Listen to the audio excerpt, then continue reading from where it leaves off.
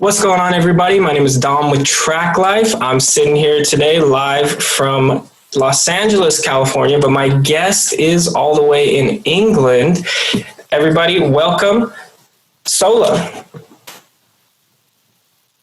Hi, everybody. How's it going? Okay, so... Speak back to me, but yeah, how's it going? Oh. It's audience engagement. That's what we're here for. Yes. All right, so just to dive right into it, what got you into making music, singing? Essentially, like, what is the SOLA origin story? Well, honestly, I don't know how true this is, but my mom tells me all the time that I was singing before I could speak.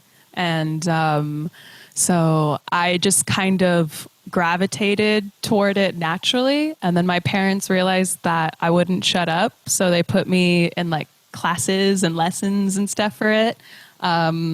So I kind of got in through more of your like normal routes, like musical theater and choir in school and stuff.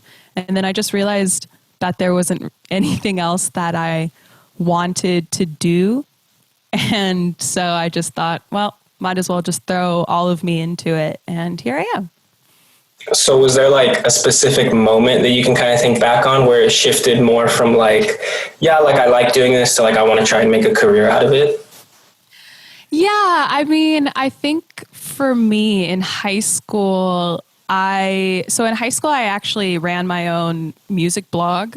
And so I was interviewing bands and artists that I loved personally. And that seeing like their journeys and stuff in a more personal way inspired me in a way that I was like, okay, this is really, really cool. And I really, really would love to do this. So by the time I left high school and went off to college, that's actually when I started making my own music. I was kind of a late bloomer to it. I just didn't really have like the confidence to do it, honestly. I just was kind of dragging my feet and saying like, oh, well, I'll just interview the bands. And then I thought, nah, why? I want to do this. I love to do this. So just started writing my own songs and yeah, the rest is history. So if you wouldn't have been like a musician per se, would you have still like kind of fought your way into the music industry? Kind of like what you were saying, like interviewing bands and writing about them?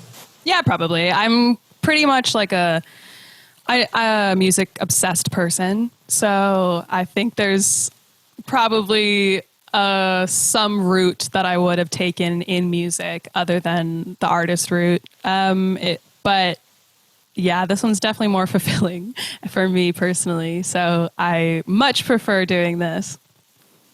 And that's actually a perfect segue to what my second question is. You talk about being a music lover. You would have found your way into the industry somehow. So what songs are in your go-to playlist? Ooh, okay. Good question. I actually have a go-to playlist. Go ahead, pull it out. Like, by all means, cite your sources. You're good. Okay. Hold on. Like recently, I've been listening to a lot of Lido. Do you know Lido? I haven't heard. Put me on though. So he's a producer from Norway who's produced a lot of stuff that you've probably heard. Like he did Jaden Smith's album. He did Halsey's first album. He did, what else has he done recently? He just did JoJo's album. And he's just an unbelievable producer. And then he's also his own artist. And as an artist, I am like so obsessed with him. And then there's also like, who else is there? I love Doja Cat. Love a bit of Doja. Love a bit of Amelia Nicolas. She's another Norwegian artist. SZA. Kind of a lot of like R&B leaning recently. Ooh, Remy Wolf. I love Remy Wolf. Now you're just gonna get me started. No, dude, by all means. I don't know. I think like recently my playlist has been a lot of strong women artists, which I've been very excited about. So like, you know, your Megan Thee Stallions and Doja Cats and stuff, and then some of your more niche stuff like your Lidos. So I've just been kind of I don't know, exploring.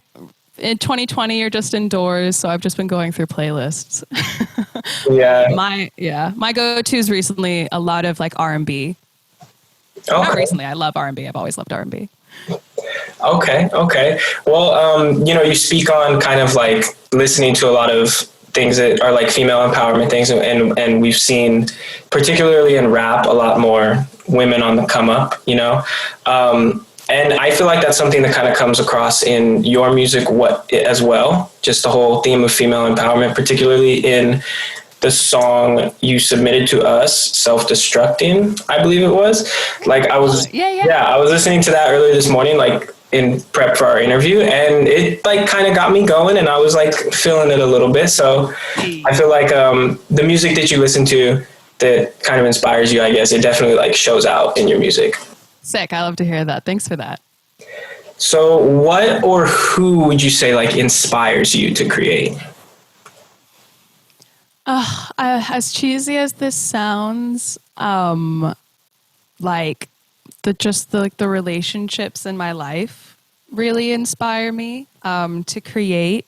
All of the songs that I write for me are about personal stories, at least for the most part that I can think of right now. And so I am mostly inspired by the people around me and just sort of everyday life situations that I have gone through. And often the more extreme life situations that I've gone through. But beyond that, other people's arts and works and stuff, I love to like watch different films and documentaries and like paintings and things like that. Just kind of all over the place. I try to find inspiration. Try not to keep it in one main thing. But if I was to choose, it would be relationships. I hope that wasn't just like a rambling, nonsensical answer. No, I mean, it makes sense.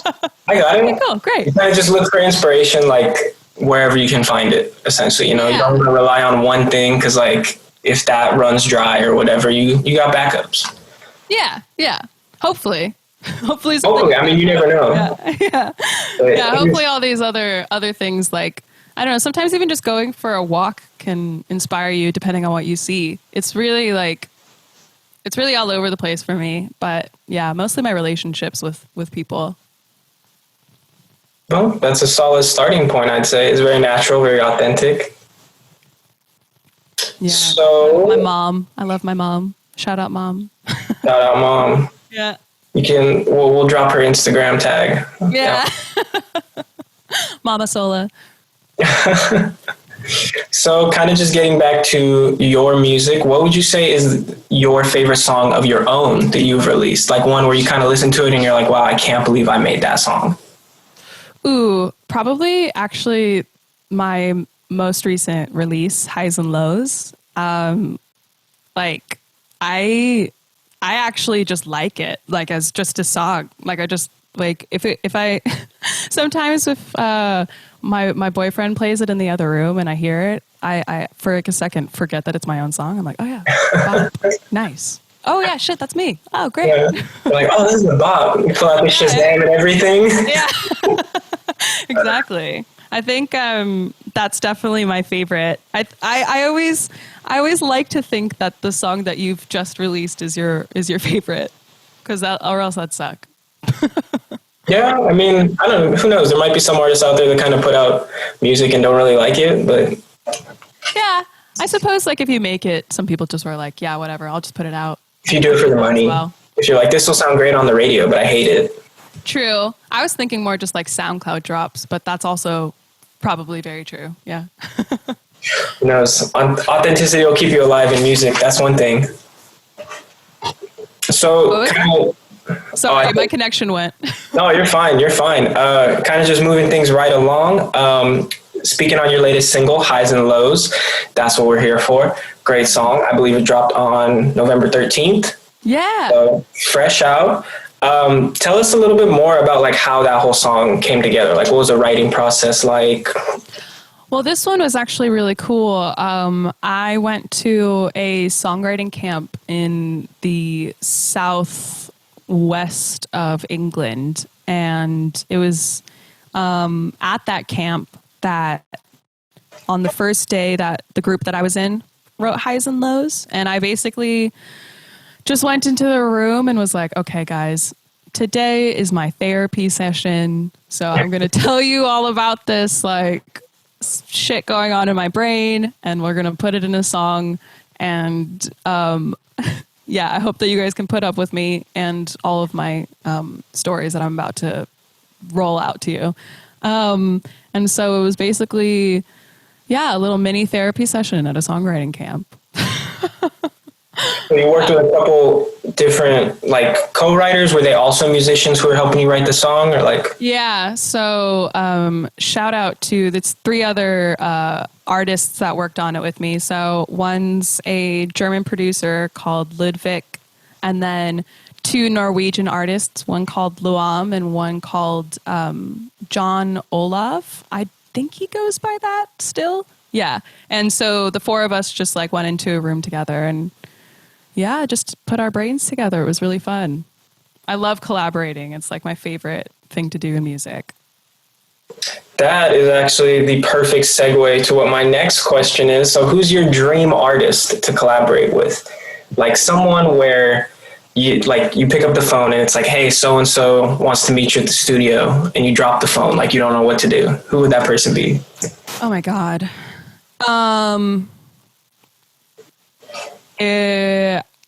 There's actually a lot. I have a lot of artists going through my brain right now. Just right put them all now, like right now, like SZA and Doja Cat. I would be dead and done. That would just be, it would be over with. You'd have to definitely pick me up off the ground. I think like Grades, if you know Grades, he did Hers album and stuff. Okay.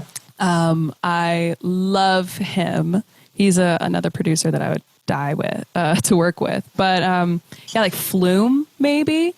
I would also absolutely shit myself if Flume contacted me. Yeah, quite a few. There's quite a few people. SG Lewis. Yeah, love him. There's, Anderson .Paak. Actually, there's a lot coming to mind right now. You gotta. Well, if any of them are watching this on YouTube or wherever this gets posted, hit me up. It's SOLA up. Bound to be a great collaboration. Y'all won't be disappointed. Yes, please, God. So, as you know, 2020 has kind of been a crazy year with the pandemic and social injustice. Everything going on is unprecedented, kind of. But how would you say that the pandemic, quarantine, lockdown, all of that kind of stuff has affected your music or your creative process?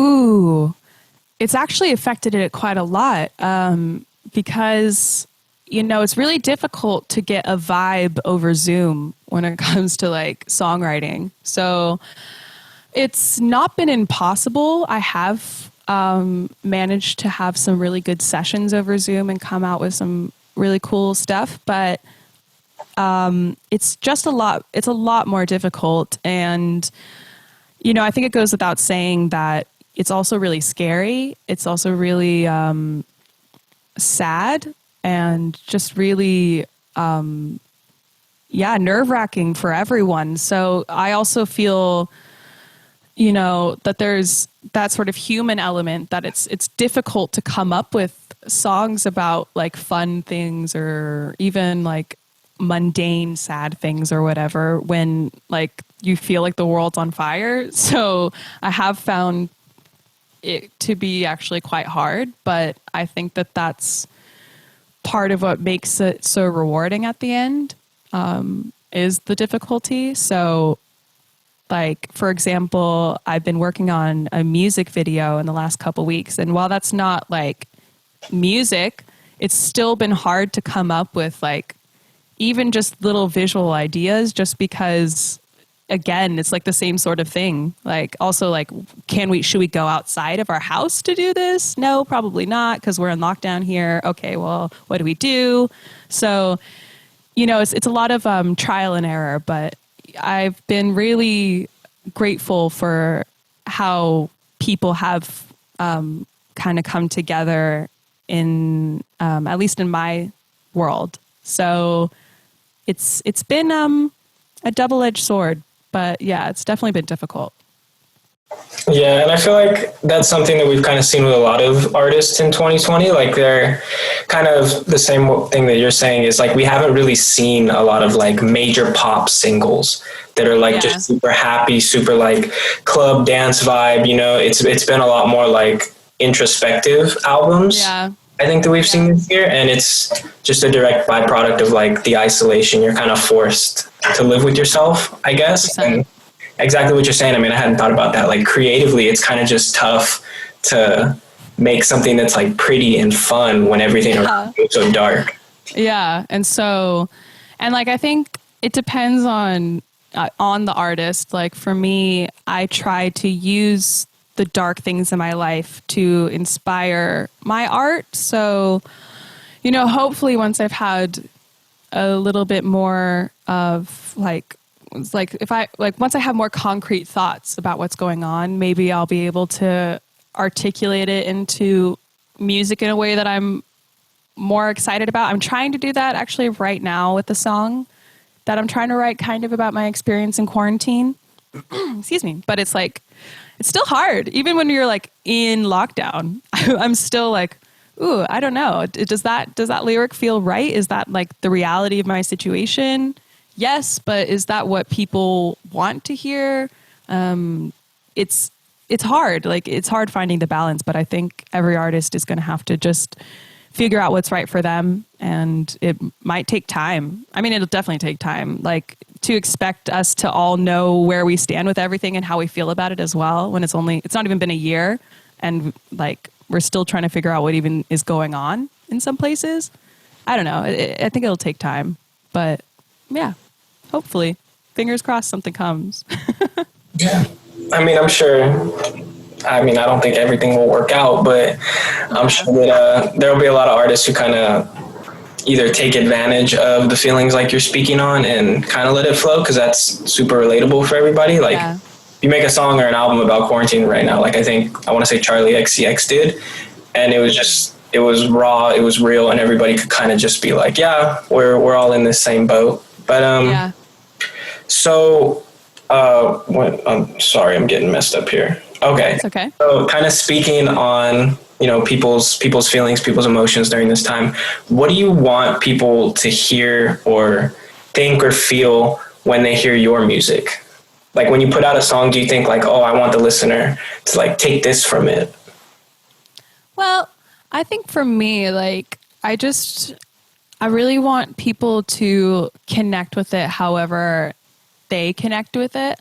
I think I'd rather it be personal to every listener, even if it's my own story that I'm telling, because I think for me, I'm really sensitive, and that's what makes me able to like write songs and kind of do what I do. And not everyone is as able to do that or as like connected to their hyper emotional side. So I like to think that hopefully I could be a sort of almost like vessel for their own emotions as well. And like we can connect on like a shared experience of bullshit or something and kind of work through our shit together. That's my like goal, I think, is to just kind of make a little community of people that are like-minded and want things to be better, but are also like, well, this fucking sucks. So, cause I don't know. I think my music's kind of dark. So I guess there also has to be that aspect. like you have hope, but there's like an element of realness to it, which is like respectable, you know? Yeah. I try not to like overly like fantasize. Like I usually like pretty literal lyrics because I don't really want to, or not, I just like literal lyrics, but I also think that it helps capture like more of actually how I'm feeling than any metaphors That's just me though. I don't know. I'm kind of a straightforward person, so maybe that's just what it is. Well, I mean, that's one of the great things about music is that whenever you put it out there, like somebody is going to be able to relate to like your thoughts and feelings. And then exactly like you're saying, it's going to form a community and everybody can just vibe together, which is a great time. Yeah. Hopefully. Fingers crossed again. Hopefully. All my fingers are crossed. So my last question is kind of another, I guess, fun little thought question. If you could change anything about the music industry, whether it's like how they release music, how contracts work, whatever, you can change literally anything, what would it be? If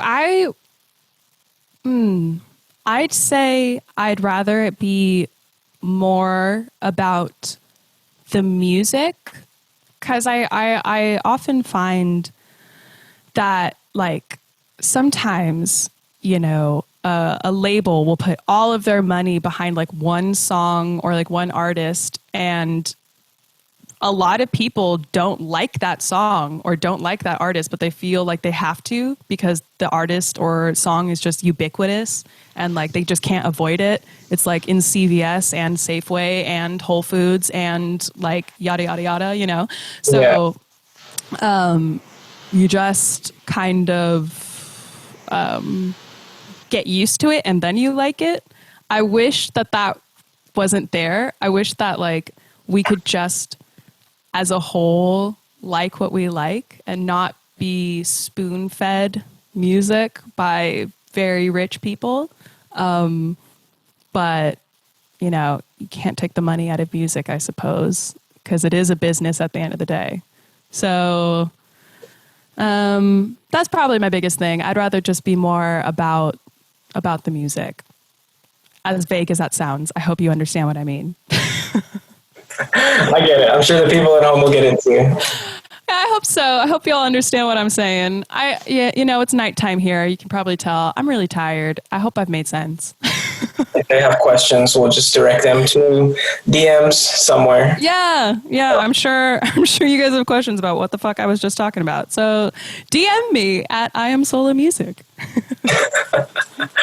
Well, thank you so much for taking the time to sit down with me, have this great conversation about your music. Again, the single Highs and Lows is out now, all platforms. Listen to it. Great song.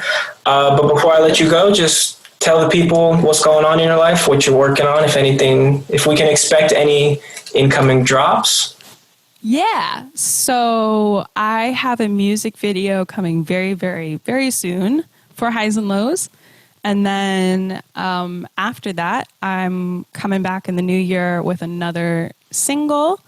And so there's at least one in the pipeline coming. And I'm working on a couple more things right now for after that. So yeah, stay tuned. There's definitely more coming. Well, very exciting stuff. I'm looking out for that music video. Thank you so much for sitting down with us. It's been a great conversation. Everybody at home, round of applause. Give it up for SOLA. Thank you so much for having me. Of course. All right, thanks, y'all. With Traklife Media, my name is Dom Majorca. Have a good one.